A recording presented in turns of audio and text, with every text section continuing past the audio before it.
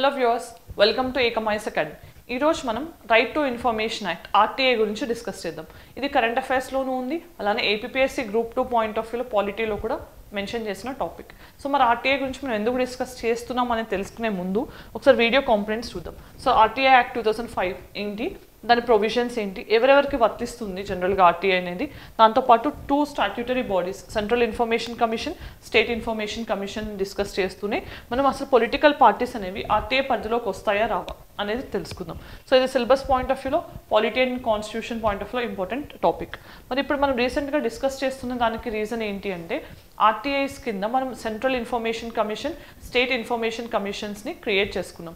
కానీ వీటికి సంబంధించిన అపాయింట్మెంట్స్ చేయకపోవడం వల్ల ఆర్టీఐ అనేది అసలు నిరుపయోగంగా మారిపోయింది అని చెప్పి సెంటర్ మీద, స్టేట్ గవర్నమెంట్స్ మీద సుప్రీంకోర్టు సీరియస్ అవ్వడం జరిగింది. సో ఇక్కడ మెయిన్గా అసలు ఆర్టీఐని తీసుకొచ్చిన పర్పస్ డైల్యూట్ అవుతోంది, మీరు ప్రాపర్ అపాయింట్మెంట్స్ చేయకపోవడం వల్ల, లేకపోతే పర్సనల్స్ని అపాయింట్ చేయకపోవడం వల్ల అని చెప్పి సుప్రీంకోర్టు సీరియస్ అవ్వడం జరిగింది. సో ఫస్ట్ ఇక్కడ మనం ఆర్టీఐ గురించి తెలుసుకునే ముందు రీసెంట్ టైమ్స్లో అసలు ఏం జరిగింది central information commission point of view. మనకి ఇక్కడ ఇది ఒక స్టాట్యూటరీ బాడీ, అంటే చట్టబద్ధ సంస్థ. ఆర్టీఐ యాక్ట్ ఆఫ్ 2005 కింద ఎస్టాబ్లిష్ అయింది. సో దీంట్లో ఏంటి, మనకు ఒక చీఫ్ ఇన్ఫర్మేషన్ కమిషనర్తో పాటు 10 ఇన్ఫర్మేషన్ కమిషనర్స్ ఉండాలి జనరల్గా, రైట్? బట్ దాంట్లో ఆల్మోస్ట్ 8 ఇన్ఫర్మేషన్ కమిషనర్స్ పోస్ట్ అనేవి వేకెంట్గా ఉన్నాయి. 8 ఉన్నాయి, అంటే ఆల్మోస్ట్గా 10+1 11 పోస్టులలో 8 పోస్టులు వేకెంట్గా ఉన్నాయంటే మనం అర్థం చేసుకోవచ్చు. సో ఆ చట్టం ఎంత ఎఫెక్టివ్గా ఫంక్షన్ చేయడానికి సపోర్ట్ అనేది ఉంది అని. సో 8 మెంబర్స్ వేకెంట్గా ఉన్నారు. దాని తర్వాత state information commission point of వ్యూలో చూస్తే ఆల్మోస్ట్గా 2020 తర్వాత చాలా స్టేట్స్ అసలు ఇన్ఫర్మేషన్ కమిషన్కి మెంబర్స్ని అపాయింట్ చేయడమే మానేసాయి. సో దాని తర్వాత ఏమైంది, మనకి ఇన్ఫర్మేషన్ కమిషన్స్ లేకపోవడం వల్ల వాళ్ళు ఏం చెప్తున్నారు, ల్యాక్ ఆఫ్ పర్సనల్, అంటే ల్యాక్ ఆఫ్ స్టాఫ్ వల్ల మేము ప్రాపర్గా ఉన్న అప్లికేషన్స్ని కానీ వాటిని డిస్పోజ్ చేయలేకపోతున్నాం అని చెప్పి చెప్తడం జరుగుతుంది. వీటినన్నిటిని బేస్ చేసుకుని సెంటర్ అండ్ స్టేట్ గవర్నమెంట్స్ని ఆన్సర్ అడిగింది సుప్రీంకోర్టు. దెన్ మన అసలు ఇక్కడ ఆర్టీఐ యాక్ట్ అనేది ఏంటి, సో మనం 2005లో దీన్ని ఇంప్లిమెంట్ చేసాం. ఎనాక్ట్మెంట్ 2005లోనే జరిగింది, ఇంప్లిమెంటేషన్ కూడా అక్టోబర్ 2005లోనే జరిగింది. మరి దీన్ని తీసుకోవడానికి మెయిన్ రీజన్ ఏంటి, సో మనం సిటిజన్స్ ఎవరైనా కూడా గవర్నమెంట్లో అండ్ గవర్నమెంట్ డెసిషన్ మేకింగ్ ప్రాసెస్లో ఇన్వాల్వ్ అవ్వాలి. అంటే మనం డైరెక్ట్ డెమోక్రసీ కాకపోయినప్పటికీ, ఇండైరెక్ట్ డెమోక్రసీ అయినప్పటికీ మనం మన పార్టిసిపేషన్ అనేది ఎలా ఎన్షోర్ చేయాలనేది ఈ రైట్ టు ఇన్ఫర్మేషన్ యాక్ట్ అనేది ఎన్షోర్ చేస్తుంది. అంటే గవర్నమెంట్ని రన్ చేయడానికి మనం మన ప్రజాస్వామ్యంలో పీపుల్స్ రిప్రజెంటేటివ్స్ని సెండ్ చేస్తూ ఉంటాం. కానీ వాళ్ళు ఏం చేస్తున్నారు, అసలు గవర్నమెంట్ ఏం చేస్తుందని తెలుసుకునే హక్కు ప్రజాస్వామ్యంలో సిటిజన్స్కి కూడా ఉంటుంది. సో అలాంటి రైట్ టు నోని ప్రొవైడ్ చేయడానికి మనకి రైట్ టు ఇన్ఫర్మేషన్ యాక్ట్ అనేది 2005లో ఇండియన్ పార్లమెంట్ పాస్ చేయడం జరిగింది. సో మరి ఇక్కడ నోడల్ ఏజెన్సీ ఎవరు ఈ రైట్ టు ఇన్ఫర్మేషన్ యాక్ట్కి సంబంధించి అంటే DOPT, department of personnel and training. Department of personnel and training ఇది ministry of personnel and public grievances. So వీళ్ళ కింద ఇది ఉంటుంది. దెన్ ఇక్కడ ఇన్స్టిట్యూషనల్ ఫ్రేమ్వర్క్ ఏంటి, మరి ఆర్టీఐ యాక్ట్ని ఇంప్లిమెంట్ చేయడానికి మనం ఏం క్రియేట్ చేసుకున్నాం, CIC central information commission and state information commission, దీంతో పాటు పబ్లిక్ ఇన్ఫర్మేషన్ ఆఫీసర్స్ని కూడా అపాయింట్ చేసుకుంటున్నాం. ఇవన్నీ కూడా దీన్ని ఫంక్షన్ చేయడానికి ఉన్న థింగ్స్. మరి ఆబ్జెక్టివ్ ఏంటి, సో సిటిజన్స్కి రైట్ టు నో దేనికి సంబంధించి, గవర్నమెంట్ యాక్టివిటీస్కి సంబంధించిన రైట్ టు ఇన్ఫర్మేషన్ అనేది తెలుసుకునే విధంగా, అంటే గవర్నమెంట్కి సంబంధించి ఏ ఇన్ఫర్మేషన్ అయినా తెలుసుకునే హక్కుని ఇది కల్పించింది. సో దేంట్లో భాగంగా కల్పించారు అని అంటే, మన ఆర్టికల్ 19(1)(a)లో ఫ్రీడమ్ ఆఫ్ స్పీచ్ అండ్ ఎక్స్ప్రెషన్లో భాగంగా రైట్ టు నో కూడా ఉంది అని చెప్పి సుప్రీంకోర్టు చెప్పడం జరిగింది. సో మీ రీసెంట్ టైమ్స్లో చూస్తే కనుక ఎలక్టోరల్ బాండ్ స్కీమ్ని సుప్రీంకోర్టు నల్లిఫై చేయడానికి ఒక్కొక్క రీజన్ ఏంటి అంటే, ఈ రైట్ టు నో అనేది అక్కడ కాంప్రమైజ్ అవుతుంది అని కూడా సుప్రీంకోర్టు చెప్పింది. సో ఇలా రైట్ టు ఇన్ఫర్మేషన్ అనేది సిటిజన్స్కి, అలాంటప్పుడు మనకి ఏమవుతుంది, డెమోక్రసీలో బెటర్ డెసిషన్ మేకింగ్ అనేది ఉంటుంది. సో దాంతోపాటు డెసిషన్ మేకింగ్తో పాటు ట్రాన్స్పరెన్సీ అండ్ అకౌంటబిలిటీ అనేది పెరుగుతాయి. ట్రాన్స్పరెన్సీ అనేది అకౌంటబిలిటీ, అంటే ప్రజలు ఏం చేస్తారు జనరల్గా, అంటే ప్రజలు ఇన్ఫర్మేషన్ అడిగినప్పుడు వాళ్ళకి ఏం చెప్పాలి అందుకని చెప్పి ప్రాపర్గా ఫంక్షన్ చేయడం, అకౌంటబుల్గా ఉండటం, ఇవన్నీ కూడా జరుగుతాయి. సో ఇవన్నీ ఆబ్జెక్టివ్స్. దెన్ మరి ఇక్కడ మన ప్రొవిజన్స్ ఆఫ్ ఆర్టీఐ యాక్ట్ చూస్తే ఆ సెక్షన్ 4 ప్రకారం ఏం చెప్తుంది, సెక్షన్ 4 ఏం చెప్తుంది అని అంటే ప్రాపర్గా గవర్నమెంట్ రికార్డ్స్ అన్నీ ప్రాపర్గా కేర్ చేస్తూ ప్రాపర్గా మెయింటైన్ చేయాలి. అవసరం వచ్చినప్పుడు దానికి సంబంధించిన ఇన్ఫర్మేషన్ అడిగితే దాన్ని డిస్క్లోజ్ చేయాల్సిన మ్యాండేట్ ఉందని చెప్పి రికార్డ్స్ని ప్రాపర్గా మెయింటైన్ చేయాలని సెక్షన్ 4 చెప్తోంది. మరి సెక్షన్ 6 ఏం చెప్తోంది? ఎప్పుడైనా పీపుల్ ఆర్ పబ్లిక్ ఎవరైనా గవర్నమెంట్ నుంచి ఇన్ఫర్మేషన్ కోరితే కనుక వాళ్ళు ఒక అప్లికేషన్ ప్రాసెస్ ఒక ప్రాపర్ ఫార్మాట్లో చేసి ఎవరిని అడగాలి? ఈ పబ్లిక్ ఇన్ఫర్మేషన్ ఆఫీసర్స్ పిఐఓస్ ఎవరైతే ఉంటారో వాళ్ళని అప్రోచ్ అవ్వాలి.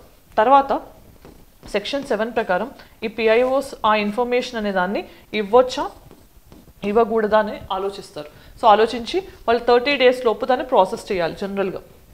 మరి ఇక్కడ ఇవ్వాలా లేదా అనేది ఎలా డిసైడ్ చేస్తారు అంటే కొన్ని ఎగ్జెంప్షన్స్ కూడా ఉన్నాయి. అంటే నేషనల్ సెక్యూరిటీ పాయింట్ ఆఫ్ వ్యూలో కానీ డిఫెన్స్ పాయింట్ ఆఫ్ వ్యూలో కానీ అఫీషియల్ సీక్రెట్స్ యాక్ట్స్ కానీ ఇలాంటి పరిధిలోకి వచ్చే వాటిని డిస్క్లోజ్ చేయాల్సిన అవసరం లేదు.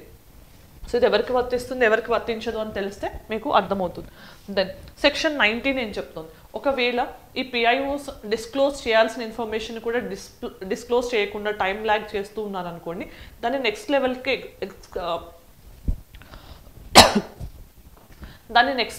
ఎస్కలేట్ చేసే ఛాన్స్ మనకి సెక్షన్ 19 కల్పిస్తుంది.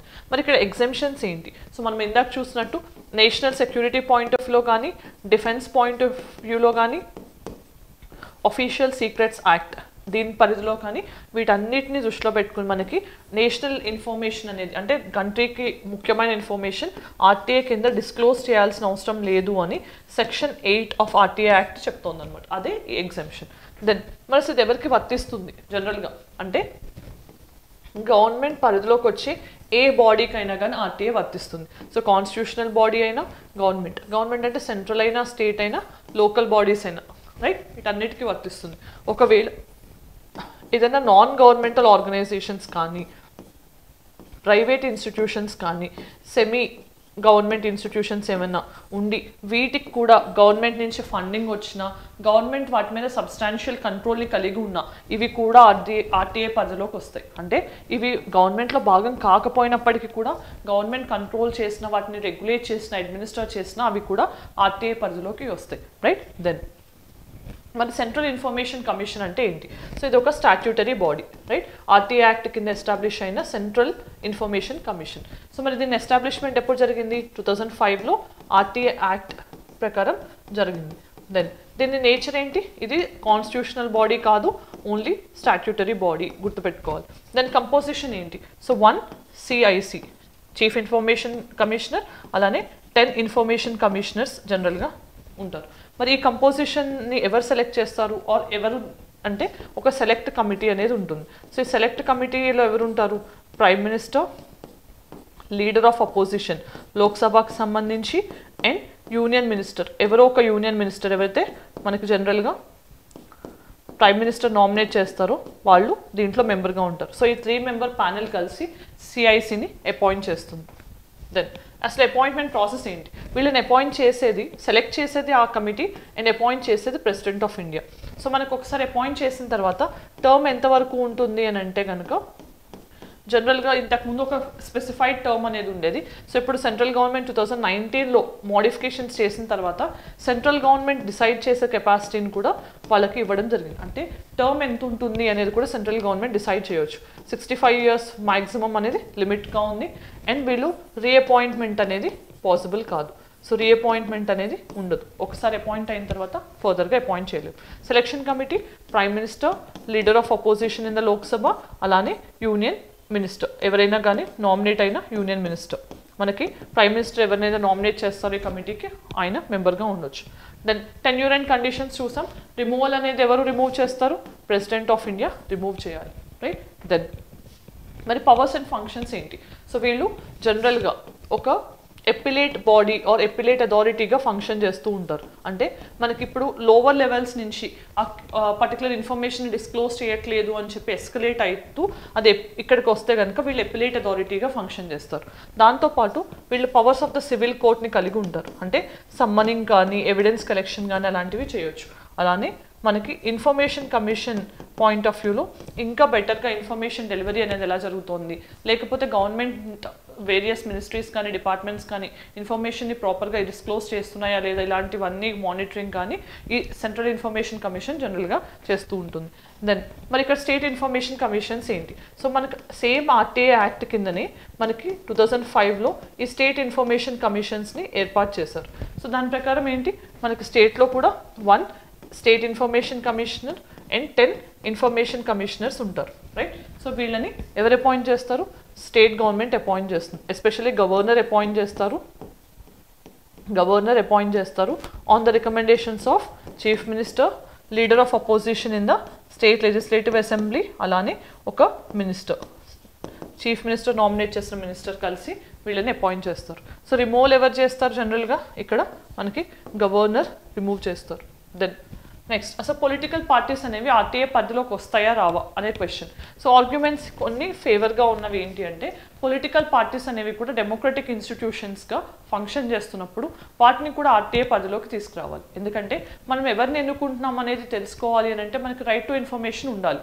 సో పొలిటికల్ పార్టీస్ అనే వాటిని కూడా పబ్లిక్ స్పియర్లోనే ఆపరేట్ చేస్తున్నాయి కాబట్టి అవి ఖచ్చితంగా ఆర్టీఏ పరిధిలోకి రావాలి అని చెప్పేవాళ్ళు ఉన్నారు. బట్ ఇక్కడ మెయిన్గా ఆర్గ్యుమెంట్స్ అగెయిన్స్ట్ ఏంటి అంటే కనుక ఇవి డెమోక్రటిక్ ఇన్స్టిట్యూషన్స్ కాదు, అంటే గవర్నమెంట్ పరిధిలోకి ఎస్టాబ్లిష్ అవ్వలేదు. సో వాటి ఓన్ థింగ్స్ కూడా ఉంటాయి వాటికి, అంటే ఇవన్నీ ప్రైవేట్గా ఎస్టాబ్లిష్ అయిన ఇన్స్టిట్యూషన్స్ ఆర్ ఎంటిటీస్గా చెప్పొచ్చు. వాళ్ళు పబ్లిక్ కోసం వర్క్ చేసినా కూడా ఈ ఆర్టీఏ పరిధిలోకి వీటిని తీసుకొస్తే పొలిటికల్ మ్యానిపులేషన్స్కి కానీ వాళ్ళని టార్గెట్ చేయడానికి కానీ, అంటే గవర్నమెంట్ అపోజిషన్ పార్టీస్కి సంబంధించిన ఇన్ఫర్మేషన్ని తెలుసుకుని వాటిని టార్గెట్ చేయడానికి కానీ ఎక్స్ప్లాయిట్ చేయడానికి కానీ చేసే ఛాన్స్ ఉంటుంది అని చెప్పి దీన్ని ఆర్టీఏ పరిధిలోకి తీసుకురావద్దు అనే వాళ్ళ వాదన. దెన్ మరి ప్రాక్టీస్ క్వశ్చన్ చూస్తే, which of the following are the exempted from disclosure of RTA act? RTA కింద డిస్క్లోజ్ చేయకూడనివి ఏంటి? Information affecting sovereignty and integrity of the country, personal information has no relationship to any public activity, information that could cause breach of privilege of parliament or state legislature. మరి వీటిలో ఏ option correct అనేది answer comment సెక్షన్లో చెప్పండి.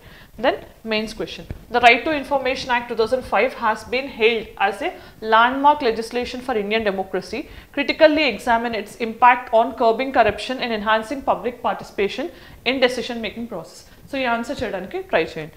Next, మరి ఈరోజు ఈ వీడియోలో మనం రైట్ టు ఇన్ఫర్మేషన్ యాక్ట్ కింద central information commission, state information కమిషన్స్తో పాటు దాని యొక్క ప్రొవిజన్స్ ఏంటి, మనం ఎలాంటి ఎన్ఫోర్స్మెంట్ మెకానిజం ఉంది, రీసెంట్ టైమ్స్లో సుప్రీంకోర్టు ఆర్టీఏ గురించి ఎందుకు వ్యాఖ్యానించడం జరిగింది, ఇవన్నీ కూడా డిస్కస్ చేసాం. ఈ వీడియో మీకు నచ్చినట్లయితే మీ ఒపీనియన్ కామెంట్ సెక్షన్ చెప్పండి. Thanks for watching. All the very best.